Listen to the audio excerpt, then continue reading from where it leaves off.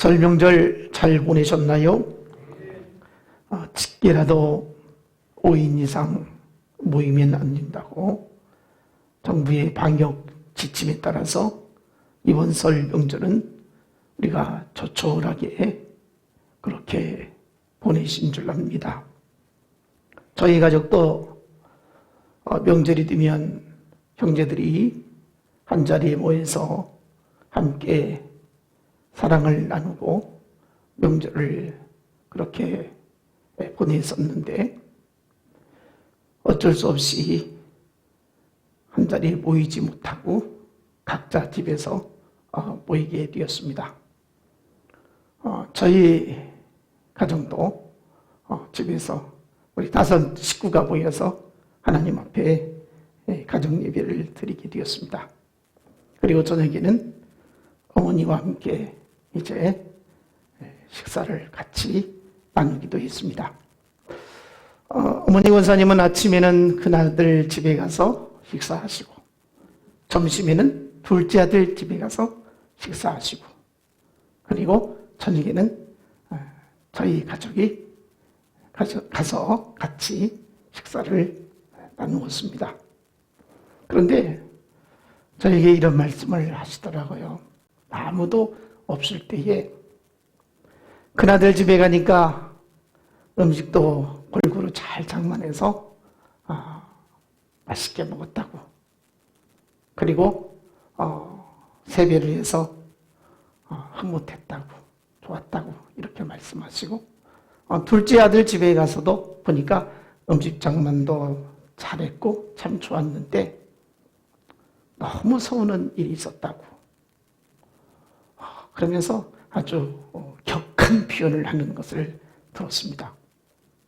그래서 제가 하는 말이 도대체 뭐가 그렇게 서운하시냐고 그랬더니 하는 말이 어머니 100세, 200살까지 사세요 그러더라는 거예요.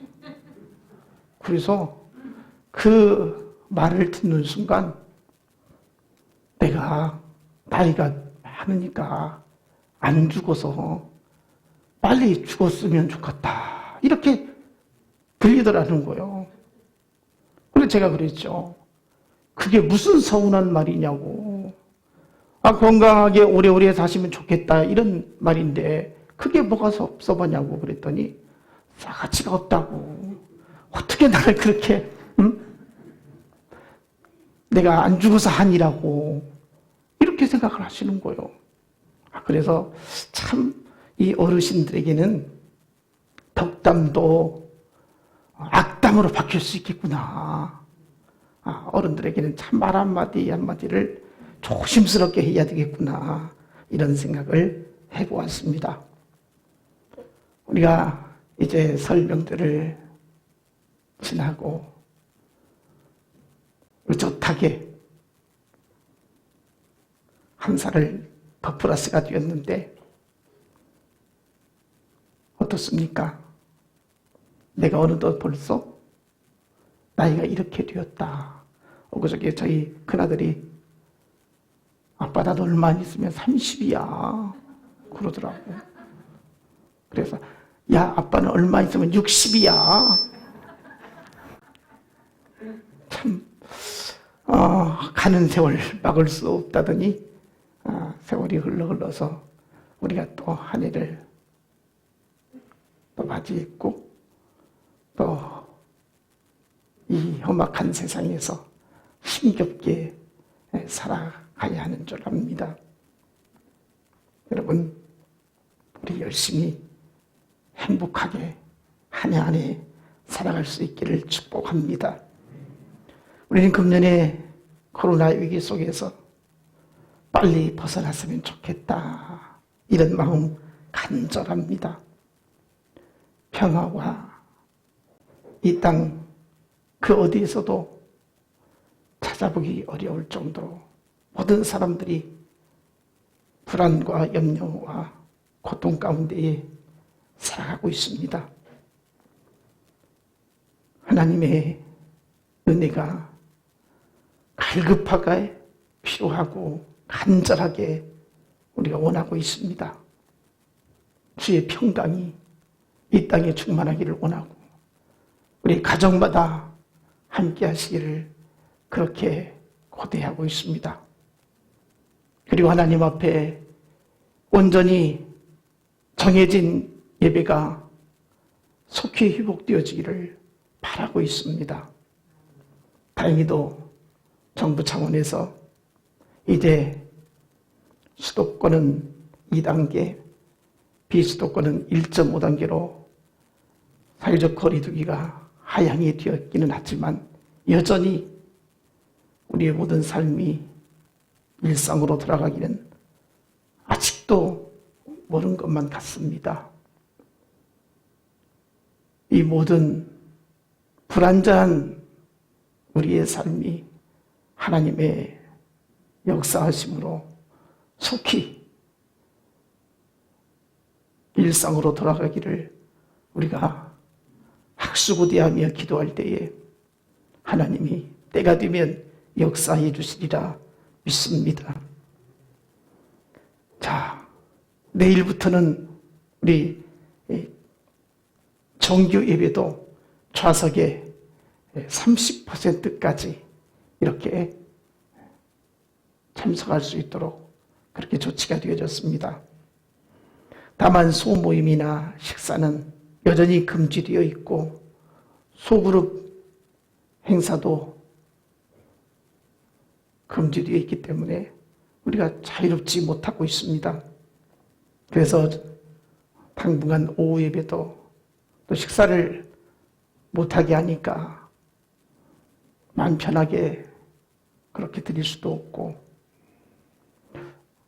참 여러 가지로 우리가 예배 생활, 교회 생활이 불편한 것이 언제까지 이렇게 될지 모르겠지만 하나님께서 반드시 풀어주시고 해결해 주셔서 이제 3월 첫 주일부터는 우리 온전한 예배를 드릴 수 있도록 또 영적인 삶을 교회 안에서 이룰 수 있도록 그렇게 되어지기를 간절히 바라고 축복을 합니다.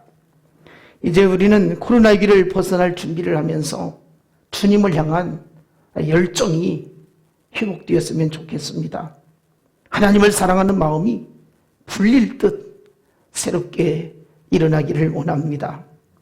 여러분, 사랑한다는 것이 무엇입니까? 누군가를 사랑한다는 것은 무한신뢰하는 것입니다. 믿고 따른다는 것입니다. 그 내면에는 열정이 있다는 것입니다. 사랑하면 열심이 생긴다는 것입니다. 사랑이 식었다는 말은 열정이 식었다는 것입니다. 그렇기 때문에 우리가 인생을 살아가면서 무엇을 하든지 열정이라는 것이 꼭 필요한 것입니다. 열정이 없는 사람은 아무것도 이룰 수가 없다는 것입니다. 사람이 어떤 일에 깊이 빠져버리면 열광이 생깁니다. 감당해야지, 해야지, 이루어야지, 이런 간절한 열정이 있다는 것입니다. 그래서 누가 무슨 말을 해도 내 갈 길이 확실하기 때문에, 내 목표가 확실히 정해져 있기 때문에 귀에 들리지 않습니다. 아무리 만류해도 거기에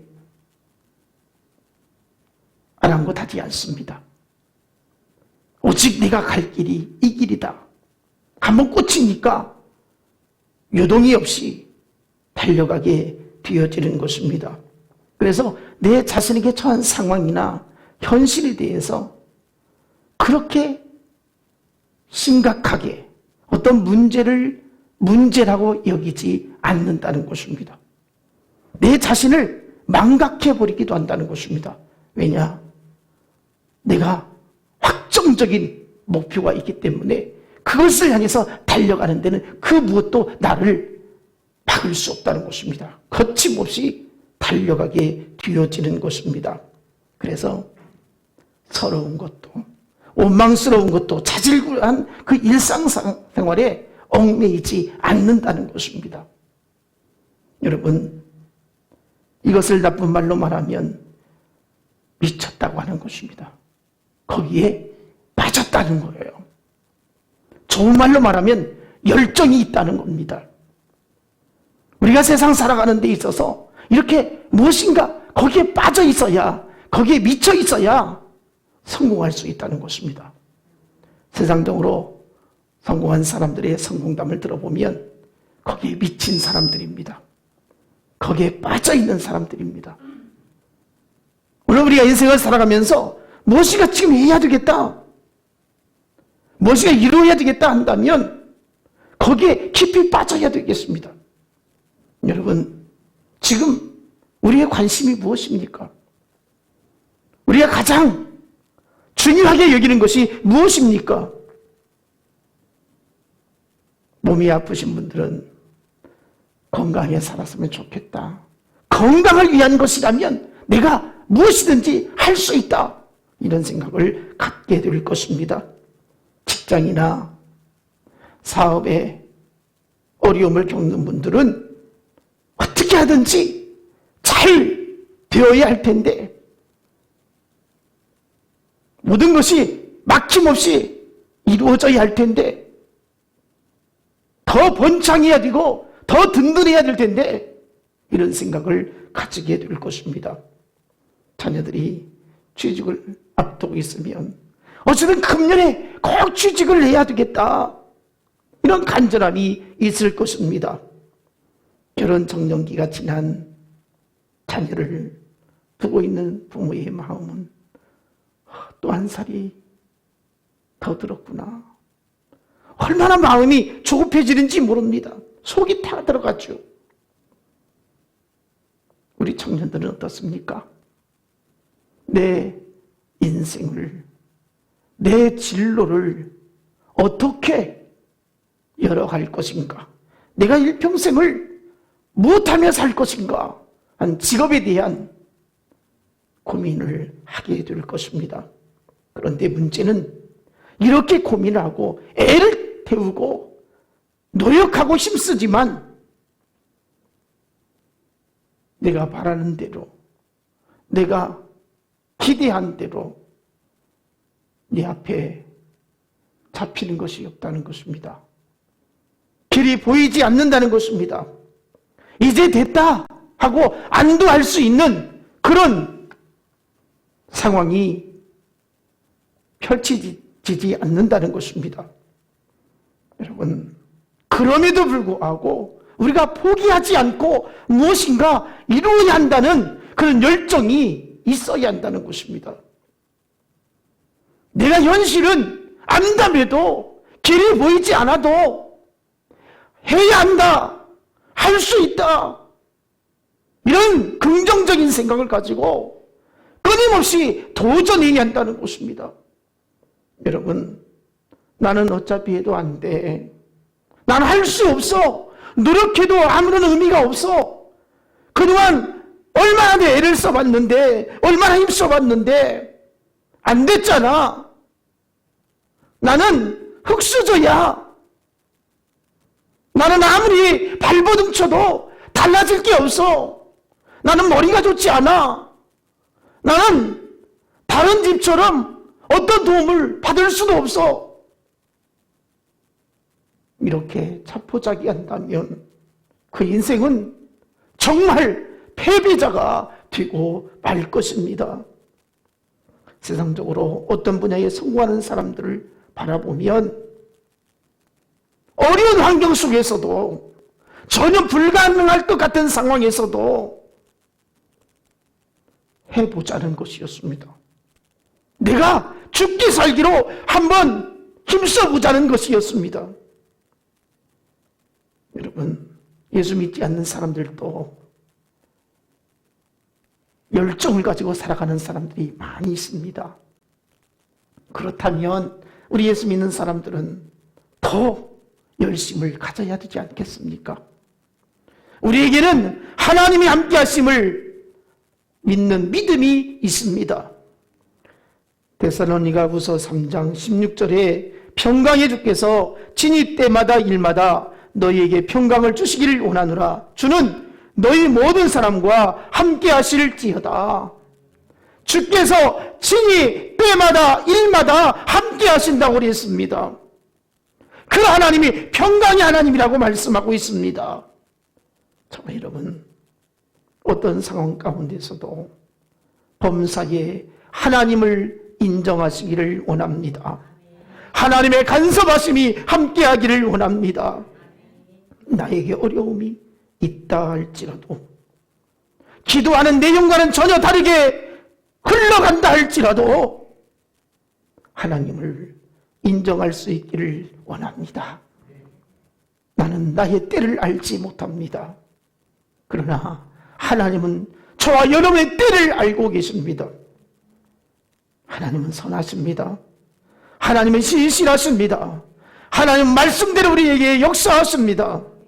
믿음으로 승리하기를 바라고 있습니다. 로마서 8장 28절에 모든 것이 합력하여 선을 이룬다 그랬습니다. 하나님 어떻게 역사하실지 우리는 알 수 없습니다. 여러분, 다윗이 사무엘 선지자로부터 일찍이 기름 부음을 받습니다. 그런데 기름 부음 받고 그의 인생이 얼마나 험난했는지 모릅니다. 얼마나 고달팠는지 모릅니다. 고통의 세월이었습니다.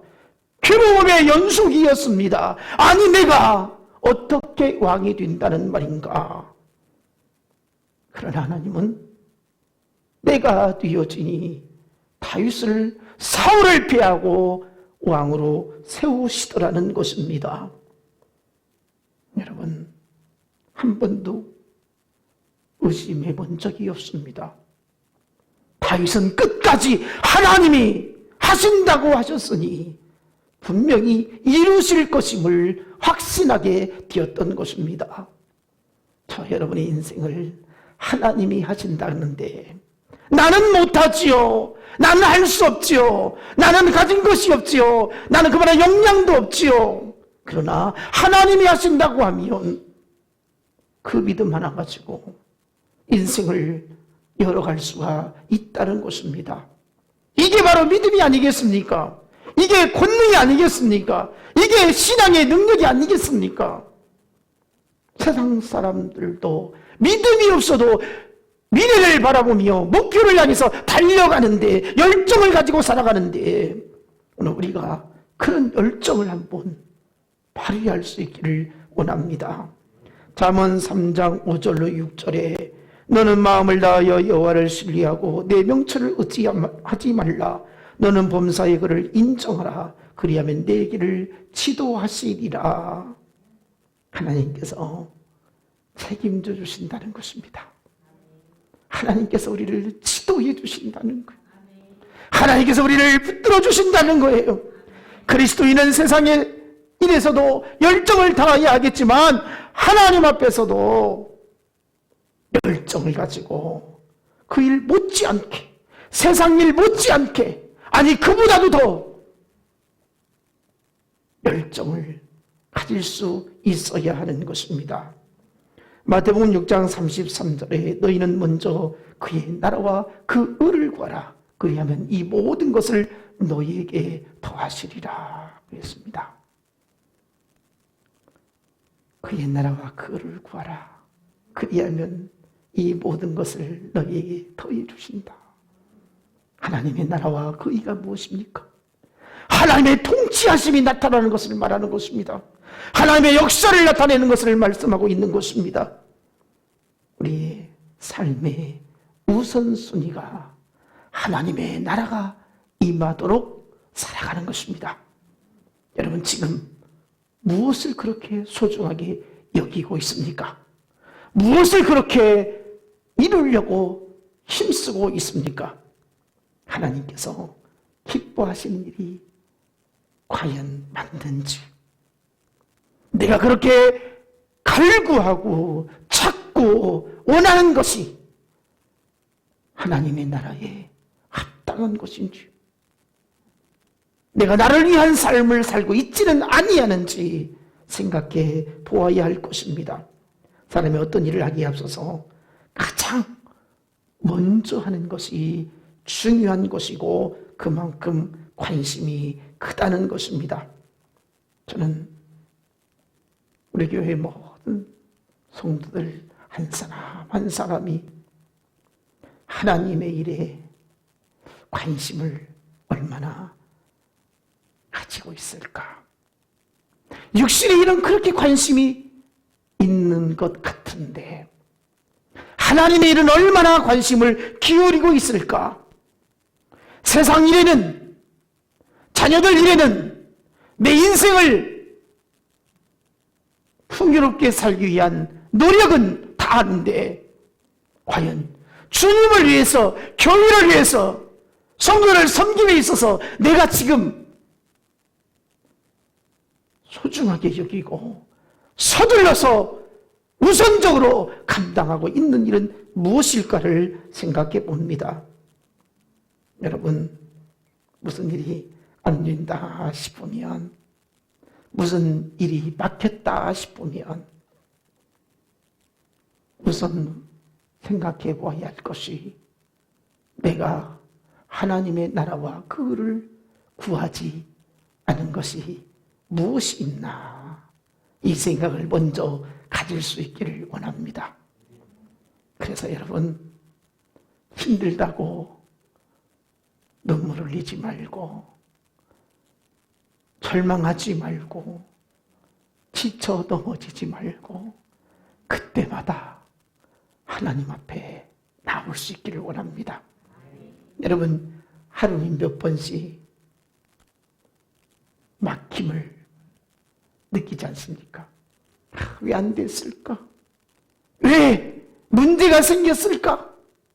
하면서 길이 막힐 때에 그때 지체하지 말고 교회에 오셔서 기도하시고, 그리고 내가 주님을 위한 일을 해봐야지 하고 찾아보고, 영 찾아봐도 빨리 할 수 있는 일이 보여지지 않으면 교회 화장실 청소하시고 도서실 청소하시고, 내가 하나님을 기쁘시게 하고 하나님의 나라를 위해서 내가 이렇게 먼저 해야 되겠다, 내가 성도를 섬길 자를 생각해보고 정말 하나님의 일을 내가 우선 감당하면 하나님께서 그 필요한 것을, 모든 것을 더하신다고 했으니, 여러분, 힘들 때마다, 어려울 때마다 그것 붙잡고 고통스러워하지 말고 하나님 앞에서 그의 나라와 그거를 구할 수 있기를 축복합니다. 그러면 하나님께서 기가 막히게 역사해 주실 것입니다. 하나님의 놀라운 역사가 우리가 그렇게 구하고 원했던 것 하나님을 위해서 헌신하게 되어지면 채워주시고 부어주실 줄 믿습니다. 얼마 전에 어떤 목사님이 간증을 한 것을 들어보니까, 어느 날 사모님이 교회에 가서 기도하는데 하나님께서 감동을 주시더래요. 마음에 어떤 감동을 주시느냐, 교인 가운데에 정말 지금 고통에 빠진 성도가 있다.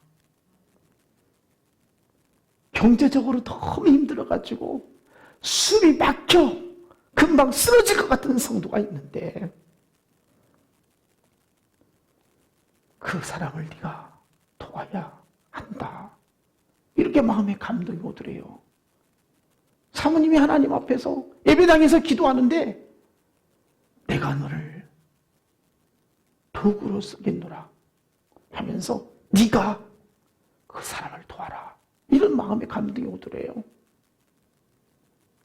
그리고는 기도 마치고 도대체 누가 그렇게 힘들고 어려운가, 누구를 도우란 말인가 하는데 성도 한 분이 교회에 와서 청소를 하고 또 기도를 하고 그러더라는 거예요. 평소에 그렇지 않은 사람이. 그래가지고 숨이 순간 하나님께서 바로 이 집사님에게 돈을 주라는 말이구나 해가지고 또 혹시라도 마음의 상처는 되지 아니할까 조심스럽게 이제 돈을 준비해서 전달했다는 거예요. 그리고 며칠 지나서 고백을 하더라는 거예요. 너무 힘들어서 어떻게 아무런 대책을 세울 수도 없는 죽을 지경이었었는데 사모님이 이렇게 해서 돈을 준비해줘서 내가 살 수 있었다고 이렇게 말을 하더라는 거예요. 여러분, 바로 이것이 하나님의 역사가 아니겠습니까? 하나님의 역사하시는 일은 우리가 상상할 수 없이 오늘 이 시대에도 우리의 삶의 현장에서 우리 교회에도 일어나고 있다는 사실입니다. 다만 바라는 것은 저와 여러분이 하나님의 도구가 되어진다면 얼마나 좋겠습니까? 저와 여러분이 하나님이 쓰시는 사람이 되어진다면 얼마나 좋겠습니까? 하나님의 축복의 통로가 저와 여러분이 되어진다면 얼마나 영광스러운 삶이 되겠습니까? 오늘 우리는 하나님께서 우리를 어떻게 살기를 원하시는지, 우리가 어떤 삶을 살아가기를 그렇게 바라시는지 삶의 방향을 잡을 수 있기를 축복합니다. 그래서 어떤 문제가 있고 걱정거리가 있고 고민이 있으면 힘들어 지칠 때에 먼저 하나님의 나라와 그 의를 구하면 하나님께서 우리 인생을 책임져 주시리라 믿습니다. 오늘 본문에서 사도 바울은 그리스도인들이 어떻게 살아가야 하는지 삶의 방향을 제시하고 있습니다. 본문 13절, 바울은 고린도 교인들에게 우리가 만일 미쳤어도 하나님을 위한 것이요 그랬습니다. 미쳤어도 하나님을 위한 것이다. 다시 말하면 바울이 하나님으로 인해서 미쳤다는 거예요. 하나님께 미쳤다는 거예요. 어떻게 보면 너무 과격한 표현이 아니겠습니까? 미쳤다는 말이 흔히 쓰는 말이 아니잖아요. 부정적으로 쓰는 말이잖아요. 그런데 바울은 자신이 미쳤다고 라고 하는 이런 표현을 쓰면서 자기 정체성을 밝히는 거예요. 내가 누구인 줄 아느냐? 내가 어떤 사람인지 확실히 말해줄게. 바울이 왜 이렇게 격한 표현을 했을까? 그것은 바울이 고린도 교회를 얼마나 사랑했는지 몰라요. 그런데 이 고린도에서 복음을 전하고 사랑을 베풀었는데 이 고린도 교회 성도들 가운데 일부 사람들이 바울을 가짜라고 이렇게 말하는 거예요. 사도성을 부인하는 거예요. 그리고 바울이 전한 복음을 왜곡하는 거예요. 진리를 자기들 입맛에 따라서 바울이 전한 복음을 온전케 인정하지 않는 거예요. 다시 고린도 교회 하면 얼마나 은사가 충만한 교회였습니까?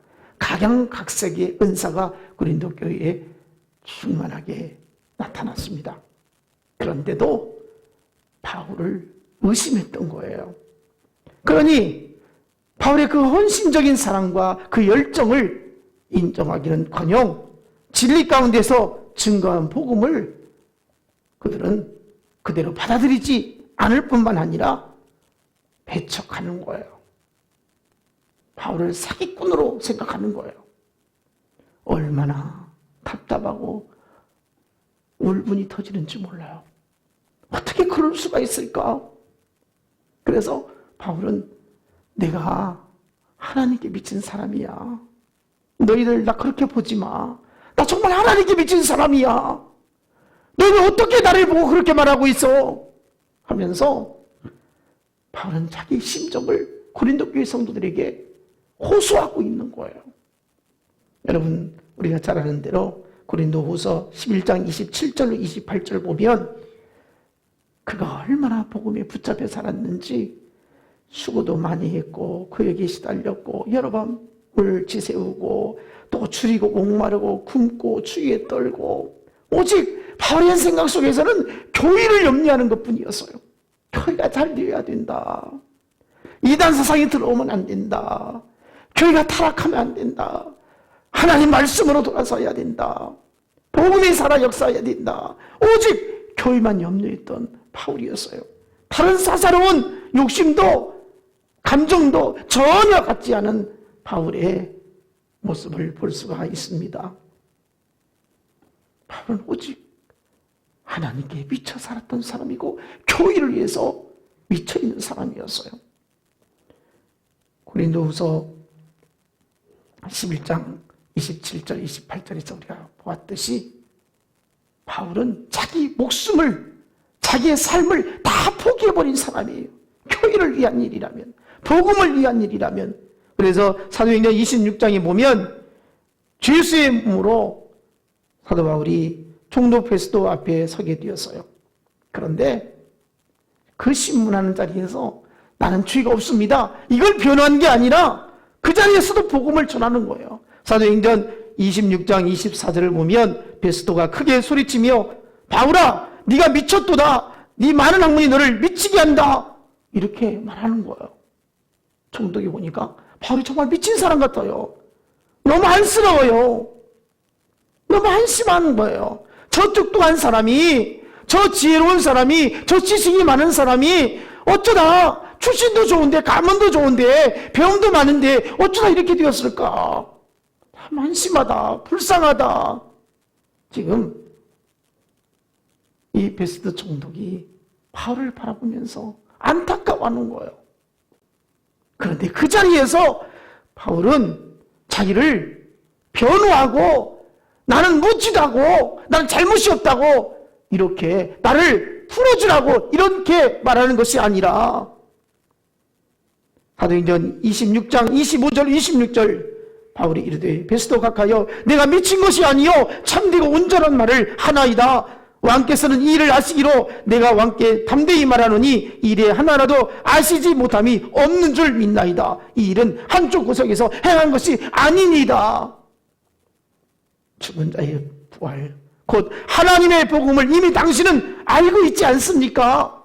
예수 그리스도가 십자가에 못 박혀 죽으시고 부활하심을 당신도 듣고 있지 않습니까?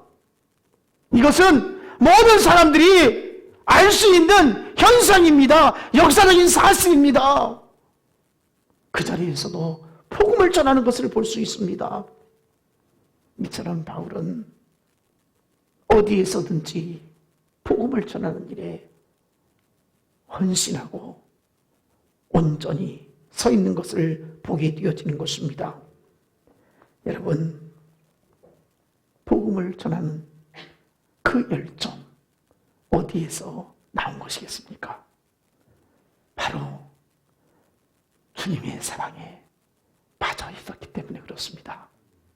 주님의 사랑이 바울을 하나님께 미치게 만들었던 것이고 교회를 위해서 몸과 마음과 모든 것을 들여서 희생할 수가 있었던 것입니다. 그래서 오늘 본문 14절 보니까 그리스도의 사랑이 우리를 강권하시는도다. 그리스도의 사랑이 우리를 강권했다. 이 말은 세번역 성경에 보니까 이렇게 표현하고 있습니다. 그리스도의 사랑이 우리를 휘어잡습니다. 강권이란 말은 꼼짝달싹 못하게 붙잡아 놓았다는 거예요. 하나님께서 사랑의 포로가 되도록 만들어 주셨다는 거예요. 하나님께서 하나님의 사랑으로 휘어잡았다는 거예요. 그래서 벗어날 수가 없다는 거예요.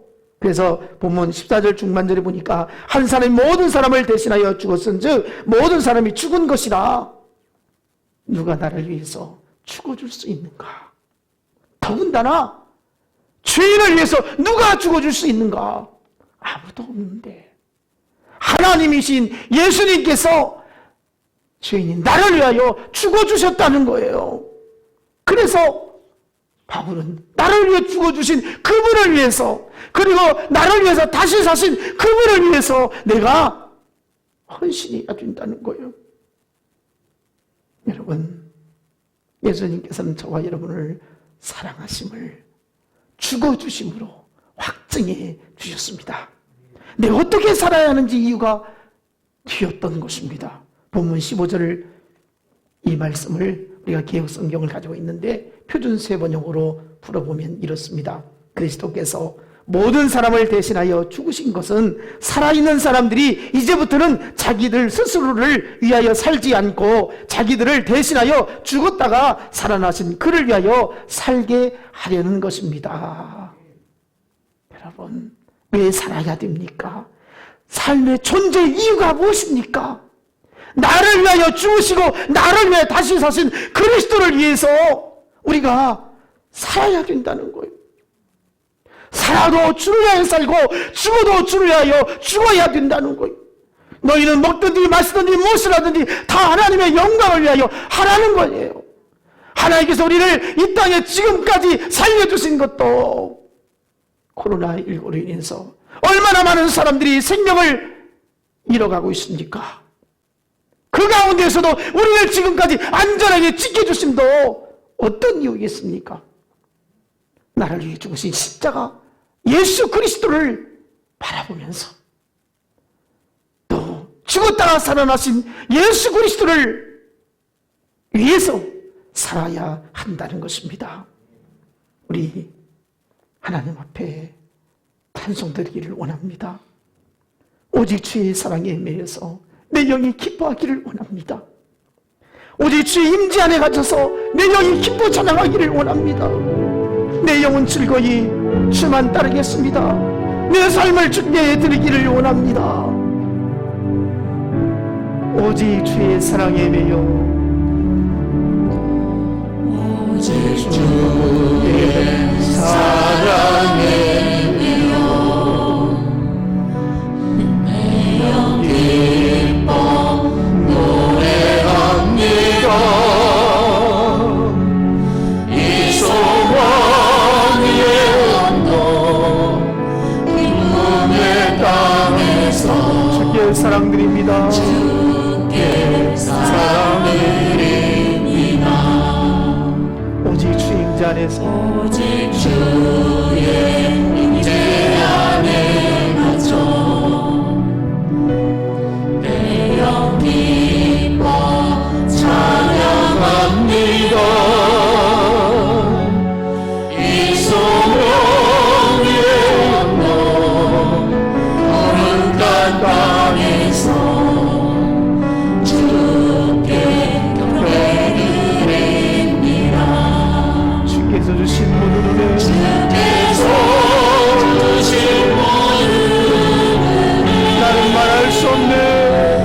나는 말할 수 없네. 내 영혼 즐거이 내 영혼 즐거이 주를 따르렵니다. 주께 상 드립니다. 그렇습니다. 아멘. 내가 주의 사랑에 매여 살면, 주의 사랑에 빠져 있으면, 주의 사랑에 미쳐 있으면 아낌없이 내 영혼을 즐겁게 드릴 수 있습니다. 내 삶을 감사함으로 드릴 수 있습니다. 이 세상에 얼마나 많은 사람들이 인생에 갈 길을 찾지 못하고 방황하고 쓰러지고 좌절 가운데에 살고 있는지 모릅니다. 때로는 무기력해 보이기도 합니다. 아무런 의욕도 없이 희망이 없이 살아가는 것을 보게 됩니다. 왜 그렇습니까? 뚜렷한 목적의식이 없기 때문에 그렇습니다. 오늘 우리들은 예수 그리스도가 나를 위해서 죽으셨기 때문에, 예수 그리스도가 나를 위하여 다시 사셨기 때문에, 예수 그리스도가 나를 위하여 다시 오실 그날이 기다리고 있기 때문에 우리는 주를 위하여 살아야 됩니다. 그리스도의 사랑에 미쳐 살아야 되는 것입니다. 오늘도 우리에게 주님은 말씀하십니다. 나는 너를 위해서 죽었노라. 나는 너를 위해서 다시 살았단다.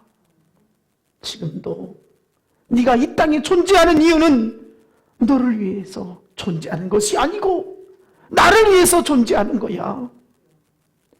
나의 영광을 나타내도록 하기 위해서, 내 거룩한 이름을 드러내도록 하기 위해서, 너의 인생이 네 것이 아니라 나의 것이라고 우리 주님 이렇게 말씀하실 것입니다. 여러분, 우리 인생을 멋지게 삽시다. 값지게 삽시다. 정말 의미 있게 삽시다. 그리스도를 알고 그리스도의 사랑을 경험하였더라면 복음의 열정이 회복되어지기를 원합니다. 복음의 감격스러움을 가지시고 믿음으로 승리하시기를 원합니다. 예레미야 20장 9절을 보니까 내가 다시는 여호와를 선포하지 아니하며 그의 이름으로 말하지 아니하리라 하면 나의 마음이 불붙는 것 같아서 골수에 사무치니 답답하여 견딜 수 없나이다. 여러분, 여호와를 선포하지 아니하면 그의 이름으로 말하지 아니하리라 하면 나의 마음이 불붙는 것 같아서 견딜 수 없다는 거예요. 복음을 위해서, 하나님의 나라를 위해서 내가 살지 아니하면 견딜 수 없다는 거예요.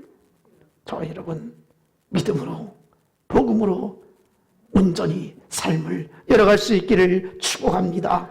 그래서 거룩한 일에 대한 열정이 생기시고 예수 그리스도를 향한 다름질이 날마다 힘차게 전진해지기를 간절히 원합니다. 우리는 세상을 살아갈 만한 가치가 바로 무엇이겠습니까? 주를 위한 인생이기 때문에 그렇습니다. 교회를 위한 인생이기 때문에 그렇습니다. 하나님의 자녀들을 섬기는 성도의 삶이 있기 때문에 가치가 있는 것입니다. 이렇게 살아가서 하나님께는 영광이 되어지고 우리에게는 훗날 주님 앞에 서게 되어질 때에 잘했다 칭찬받고 상 받는 귀한 영혼들이 다 되어지기를 주님의 이름으로 축복합니다. 기도하겠습니다.